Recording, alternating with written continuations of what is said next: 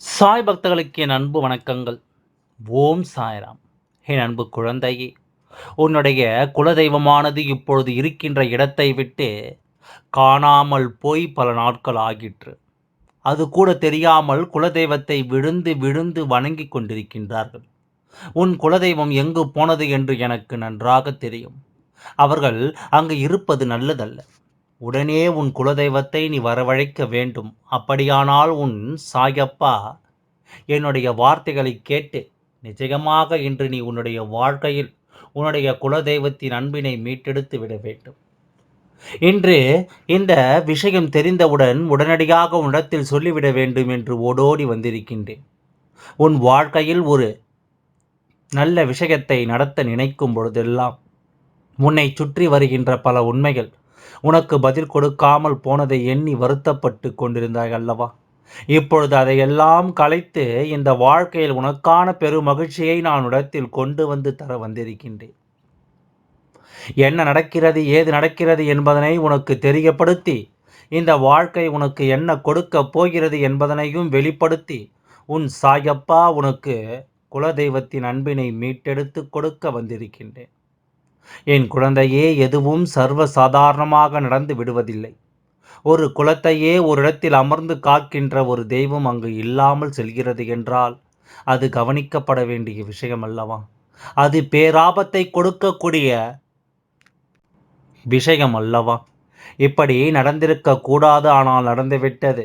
இனியும் இப்படி ஒரு விஷயம் நடக்காமல் இதிலிருந்து உன் வாழ்க்கையும் உன்னுடைய குலத்தையும் நீ மீட்டெடுக்க வேண்டும். அப்படியானால் நான் சொல்கின்ற இந்த விஷயத்தை நீ நிச்சயமாக உடனடியாக செய்து உன் குலதெய்வத்தை நீ மீட்டெடுக்க வேண்டும் என்பதனை மறந்து விடாதே. இந்த சாயப்பா எந்நாளுமே உன் வாழ்க்கையிலிருந்து உனக்கான ஒவ்வொரு மகிழ்ச்சியான செய்தியையும் உன் முன்னால் கொண்டு வந்து உன் முன்னால் கொண்டு வந்து தரும்பொழுது அதை நீ என்னவென்று புரிந்து கொள்ள நினைக்க வேண்டும். ஏது என்று சற்று நீ செவி கொடுத்து கேட்க வேண்டும்.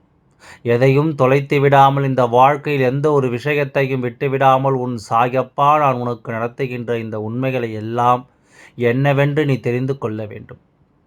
சற்றென்று ஒரு நொடியில் எதையும் வேண்டாம் என்று தூக்கி எறிந்துவிட்டு சென்று விடலாம். ஆனால் அதன் ஆழமான விஷயங்கள் உனக்கான எதிர்காலம் என்று இதையெல்லாம் நீ நிச்சயமாக யோசிக்க வேண்டும் அல்லவா? சற்றென்று நாம் ஒரு விஷயத்தை தூக்கி எறிந்துவிட்டு அதன் பிறகு எத்தனை முயற்சிகளை செய்து நாம் பெற நினைத்தாலும் அது நம்மால் பெற முடியாத தூரத்திற்கு சென்றுவிடும். இப்படிதான் பல உறவுகளின் நிலைமையும் இப்பொழுது இருந்து கொண்டிருக்கின்றது. பல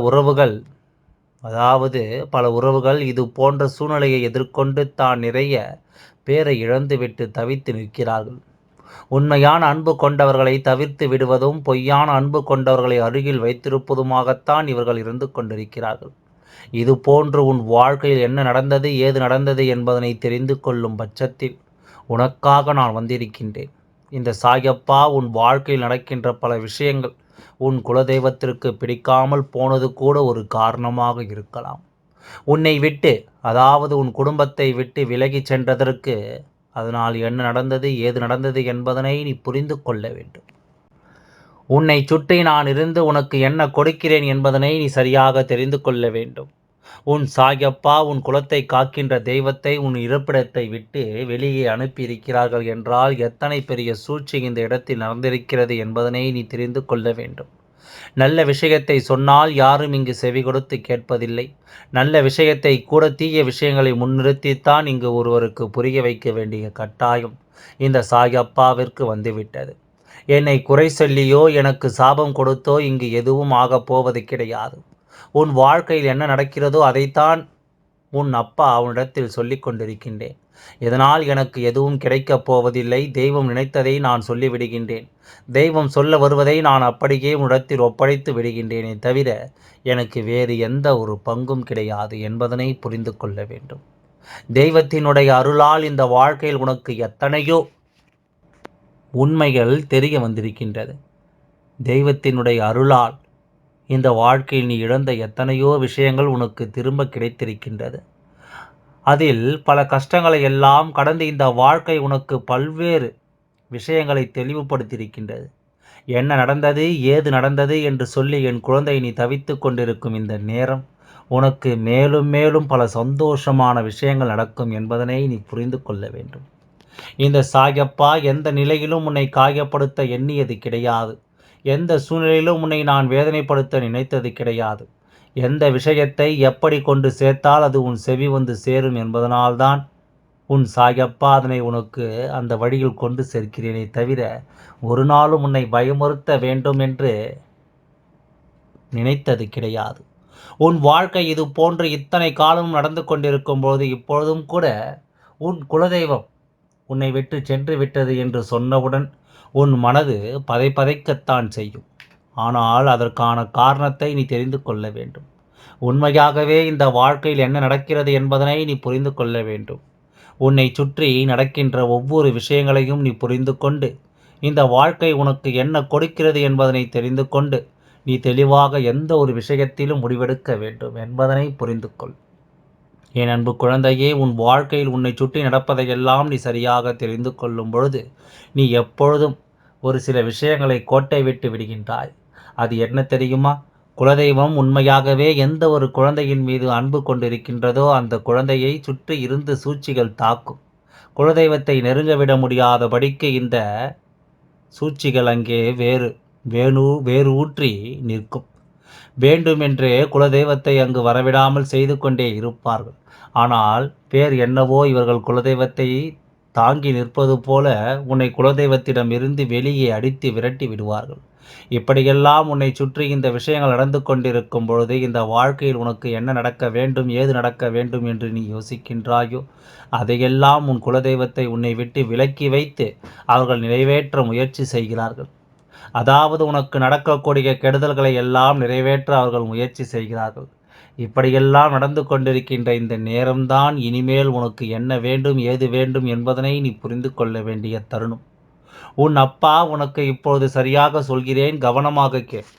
உன்னுடைய குல தெய்வம் தனக்கு பிடித்த குழந்தையான உன்னை காணாமல் அங்கிருந்து சென்று விட்டது.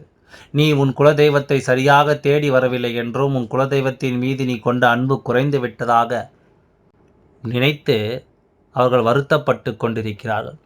நிச்சயமாக எப்பொழுதுமே உன் மீது அவர்கள் வைத்திருக்கின்ற அன்பை விட்டு விடக்கூடாது என்று நினைக்கின்றார்கள். உன் மீது அவர்கள் கொண்ட அன்பை விட்டு நீ ஒருபோதும் விலகிவிடக்கூடாது என்று நினைக்கின்றார்கள்.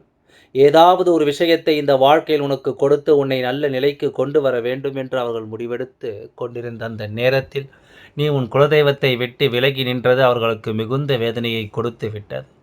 இந்த நிலையிலிருந்து உன் வாழ்க்கையை நிச்சயமாக காப்பாற்ற வேண்டும். அதற்கு உன் குலதெய்வம் மீண்டும் அந்த இடத்திற்கு திரும்ப வர வேண்டும். அவர்கள் இருந்த இடத்திலேயே வந்திருந்தால் மட்டும்தான் இந்த விஷயத்திலிருந்து உன்னுடைய வாழ்க்கையில் நிச்சயமாக மீட்டெடுக்க முடியும். அதனால் எதையுமே உணர்ந்து உனக்கு நடப்பதையெல்லாம் என்னவென்று புரிந்து சாயப்பா சொல்கின்ற வார்த்தைகளை கவனமாக கேட்டு உன்னுடைய வாழ்க்கை எப்பொழுதும் உன் குலதெய்வத்தை விட்டுவிடாமல் நீ சந்தோஷமாக இருக்க எண்ணிவிட்டால் அது போதும். உன் குலதெய்வத்தின் அருள் உனக்கு எப்பொழுதும் நிறைவாக நிலைத்து நிற்கும் என்பதில் எந்த ஒரு மாற்று கருத்தும் கிடையாது. நான் இருக்கும் வரை இந்த வாழ்க்கை நீ அனுபவித்த ஒவ்வொரு சோதனைகளும் நன்றாக தெரிந்த விஷயங்கள்தான். இனிமேல் உனக்கு நடக்கக்கூடிய உண்மைகளை எல்லாம் நீ என்னவென்று தெரிந்து கொண்டு இந்த சூழ்நிலைகளை எல்லாம் சரியாக புரிந்து கொண்டால், சாயப்பா சொல்வது போல இனி ஒருபோதும் உன்னுடைய குலதெய்வத்தை நீ விட்டுவிட மாட்டாய். உன் குலதெய்வம் உன் மீது கொண்டிருக்கின்ற அன்பினை ஒருபோதும் இந்த வாழ்க்கையை நீ விட்டுவிட மாட்டாய். உனக்கு என்ன நடக்கும், ஏது நடக்கும் என்பதனை நான் சொல்லிவிட்டேன். பலமுறை உனக்கு இதனை நான் எடுத்துச் சொல்லியும் புரிய வைத்திருக்கின்றேன்.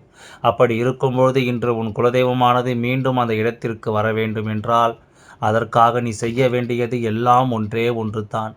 மனதில் நம்பிக்கை கொண்டு, மனதில் அதிகமான நல்ல எண்ணங்கள் கொண்டு நீ உன்னுடைய குலதெய்வத்தின் அருளை உறுதியாக பெற்றுக்கொள்ள வேண்டி, இப்போதே உன் குலதெய்வத்தை மனதார நினைத்து நான் உன்னை விட்டு எங்கும் செல்லவில்லை என்பதனை நீ அவர்களுக்கு சொல்லிவிட வேண்டும். நேரம் கிடைக்கும் பொழுதெல்லாம் அவர்களை தேடி நீ செல்ல வேண்டும். உனக்கான நேரம் எப்பொழுதெல்லாம் இருக்கிறதோ என்பதனை புரிந்து கொண்டு நீ எல்லா விஷயங்களையும் சரியாக உணர்ந்து கொண்டாயானால் உன் குலதெய்வம் ஒருபொழுதும் உன்னை விட்டு செல்ல மாட்டார்கள். வேண்டுமென்றே சூழ்ச்சிகள் செய்து உன் குலதெய்வத்தை விட்டு உன்னை பிரிக்க பல முயற்சிகள் நடக்கிறது. அதனால் இதையெல்லாம் நீ என்னவென்று தெரிந்து கொண்டு இவர்கள் சொல்வதும் இவர்கள் செய்வதும் உனக்கானது அல்ல. உன் குலதெய்வத்தையும் உன்னையும் பிரிப்பதற்கு இவர்களுக்கு எந்த தகுதியும் அல்ல என்பதனை புரிந்து கொண்டு எந்த சூழ்ச்சிகளிலும் சிக்கிக்கொள்ளாமல் உஷாராக இருந்து கொள். அதுதான் உனக்கு நல்லது. எல்லாம் நல்லபடியாகவே இருக்கட்டும். ஓம் சாய்ராம். நன்றி. வணக்கம்.